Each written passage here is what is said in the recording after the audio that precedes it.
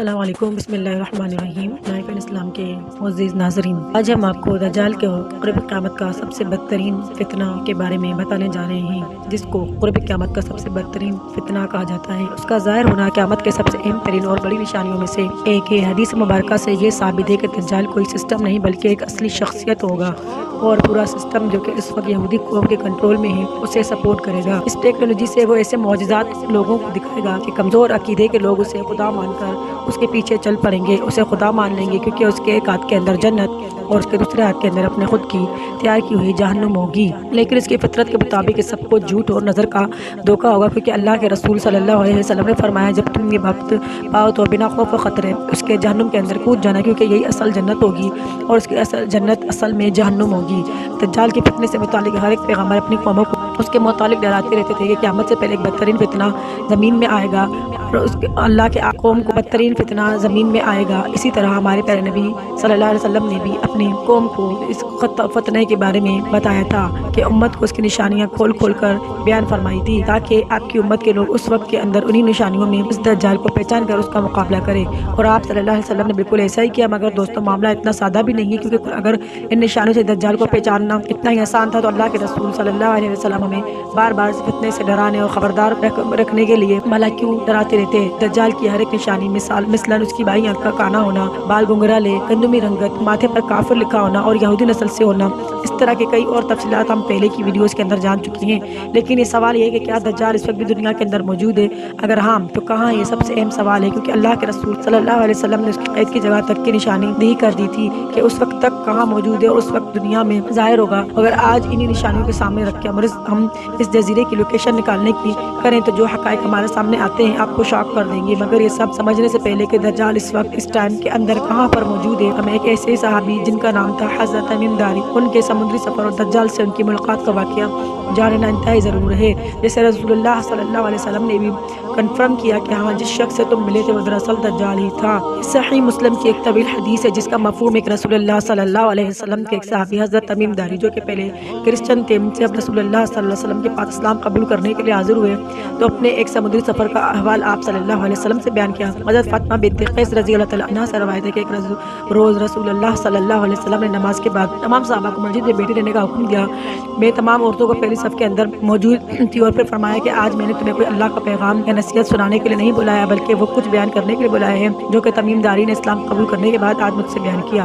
وہ کہتے ہیں کہ میں نے اپنے جوانی کے دنوں کے اندر اپنے 30 لوگوں کے ساتھ عرب کے مشرق کے اندر سمندری سفر پر تھا کہ اچانک سے موسم خراب ہو گیا، اونچی اونچی سمندری لہریں اٹھنے لگی۔ موسم اتنا خراب ہوا کہ پورے ایک مہینے تک ہمارا جہاز سمندر کے اندر گولے کھاتا رہا اور ہمیں کچھ نہیں پتا تھا کہ ہم لوگ کہاں پر جا رہے ہیں یا کہاں پر موجود ہیں۔ ہم نے اپنے اس بڑے جہاز سے چھوٹی چھوٹی کشتیاں اتاری اور الگ الگ جگہ پر کھانے اور لوگوں کی تلاش کے اندر نکل گئے۔ میں اپنی کشتی میں بیٹھ کر کچھ لوگوں کے ساتھ ایک جزیرے پہ پہنچا جہاں پر ایک عجیب و غریب قسم کے جانور کو ہم نے اپنے سامنے کھڑا دیکھا جس کا جسم بالوں سے مکمل طور پر بھرا ہوا تھا۔ یہ چیز انسانوں کی طرح باتیں کر سکتی تھی۔ ہم لوگ اسے دیکھ کر ڈر گئے، آخر یہ کیا چیز ہے؟ میں نے پوچھا کہ تم کیا بلا ہو؟ اس نے جواب دیا میرا نام جانسا ہے۔ ہم لوگوں نے پوچھا کہ تم کیا چیز ہو؟ اس نے جواب دیا سب باتیں چھوڑو بلکہ تمہیں اپنے ملک سے مالک سے ملواتا ہوں، وہ سامنے جو سمندر ہے وہاں پر وہ شخص بڑی شدت سے تمہارا انتظار کر رہا ہے۔ اب اس واقعے کے اندر اس مندر یعنی بت خانہ کے لفظ کو آپ نے ذہن میں رکھنا ہے۔ تمیم داری کہتے ہیں کہ ہم اس کے پیچھے چلے اور اس مندر کے اندر ایک بہت بڑی جسامت کے شخص کو ہم نے زنجیروں کے اندر بندھا ہوا دیکھا۔ اس سے بڑی جسامت کا شخص ہم نے آج سے پہلے کبھی نہیں دیکھا تھا۔ اس کے ہاتھ اس کی گردن سے بندھے ہوئے تھے۔ اس شخص نے آتے ہی ہم سے کچھ سوال کیے۔ پہلا سوال یہ تھا کہ مجھے آسان کی کھجوروں کے بارے میں بتاؤ کہ کیا وہاں پر درختوں پر ابھی بھی پھل آتے ہیں؟ ہم نے کہا ہاں بالکل آتے ہیں۔ وہ کہنے لگا وہاں پر بہت جلد کوئی پھل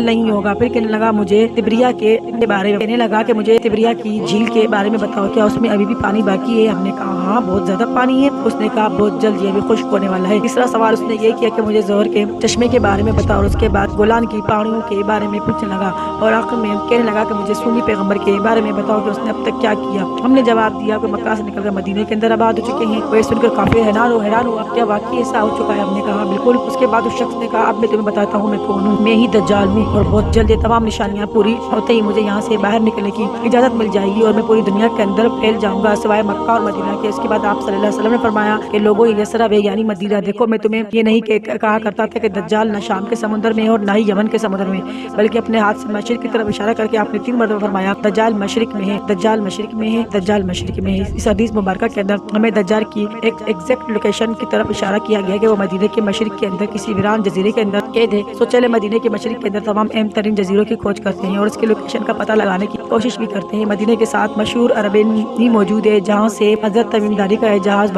روانہ ہوا تھا، اور اس سمندر میں 4 اہم ترین جزیرے آتے ہیں۔ انڈیا میں لکشمی پائلٹ، مسیرا آئلینڈ جو کہ عمان میں، اسکاڈرا آئلینڈ جو کہ یمن میں ہے، اور آخری پاکستان کا فتولا آئلینڈ۔ حدیث مبارک میں یہ واضح ہے کہ دجال نہ شام میں اور نہ یمن میں، لہٰذا ان 4 میں سے اب 2 جزیرے باقی رہے، انڈیا کا لکشمی آئلینڈ اور پاکستان کا آئلینڈ۔ تو اب یہ ڈیسائیڈ کیسے ہوگا کہ ان دونوں آئلینڈ میں سے دراصل وہ آئلینڈ کون تھا جو رسول اللہ صلی اللہ علیہ وسلم نے مدینے سے مشرق کی طرف اشارہ کیا تھا؟ اگر ہم اسے ایک سیدھی لائن کھینچے تو آپ یہ جان کے حیران ہو جائیں گے یہ اور کوئی نہیں بلکہ پاکستان کا بنتا ہے، کیونکہ انڈین آئلینڈ اس لائن سے کافی دور ہو جاتا ہے، جیسا کہ آپ میپ میں دیکھ سکتے ہیں۔ جیسا کہ اوپر حدیث کے اندر ہم نے جانا ہے، اس آئلینڈ پر ایک مندر بھی موجود تھا جو کہ رسول اللہ صلی اللہ علیہ وسلم یعنی زمانہ 1400 سال سے پہلے بھی کہا ہے اس آئلینڈ پہ موجود تھا، لہٰذا اپنے شک کو یقین میں بدلنے کے لیے ہمیشہ پر ایک ایسے ہی مندر کو تلاش کرنا ہوگا، لیکن انڈیا کے آئلینڈ پہ ایسا کوئی مندر موجود نہیں، پر وہاں پاکستان کے فتولا آئلینڈ پر آج بھی یہ مندر موجود ہے۔ جی ہاں، یہ مشہور کالی ماتا کا مندر ہے جسے تباہی پھیلانے والی خطرناک اور خوفناک قسم کی دیوی ہندوؤں کے عقیدے کے اندر مانا جاتا ہے۔ اس کے بھی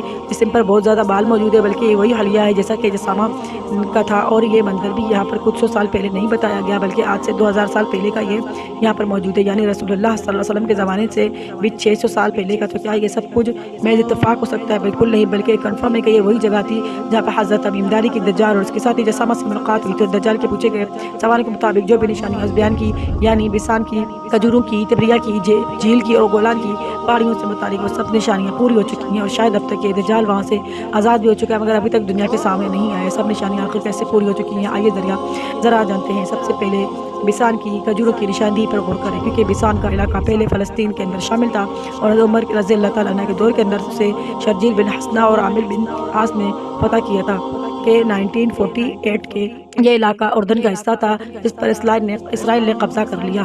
بسان اپنی کھجوروں کے باغات کے لیے انتہائی مشہور تھا، اور اسی وقت بھی بسان کا کچھ علاقہ اردن کے پاس ہے، مگر اس تمام علاقے کے اندر موجود کھجوروں کے باغ بالکل ختم ہو چکے ہیں، جیسا کہ دجال نے بیان کیا تھا۔ اس کا دوسرا سوال تھا بحر طبریہ یعنی لیک آف گلیری کے متعلق، کیا کہ اس کا پانی اب تک خشک ہو چکا ہے؟ جھیل اس وقت اسرائیل کے اندر موجود ہے جس پر یہودیوں کا قبضہ ہے۔ اس جھیل کے پاس یہودیوں کے 4 بڑے شہروں میں سے ایک شہر موجود ہے، اور جب رومی بادشاہ ٹائٹنس نے بیت المقدس پر حملہ کیا اور اسے تباہ کیا، تب تمام یہودی بحری طبریہ کے پاس اگر جمع ہو گئے، یہاں پر آباد ہو گئے اور اپنی مذہبی کتاب تلمود کو ترتیب دیا۔ اس جھیل کی لمبائی شمال سے جنوب تک 30 کلومیٹر ہے۔ یہ یہودیوں کے لیے میٹھے پانی کا سب سے بڑا سورس ہے، جو کہ اردن کے گولان پہاڑیوں کے سب سے بڑے پہاڑ چیلٹر شیخ سے آتا ہے، اور اس وقت صورتحال یہ ہے کہ جھیل اپنے 100 سال کی کم ترین پانی کی سطح پر پہنچ گئی اور آہستہ آہستہ بالکل خشک ہونے کے قریب ہے، جیسا کہ دجال نے بیان کیا تھا۔ تیسرا سوال اس نے اس سال کے مشرق کے اندر موجود جگر کے چشمے کے بارے میں پوچھا، جس پر اس وقت بھی یہودیوں کا قبضہ ہو چکا ہے۔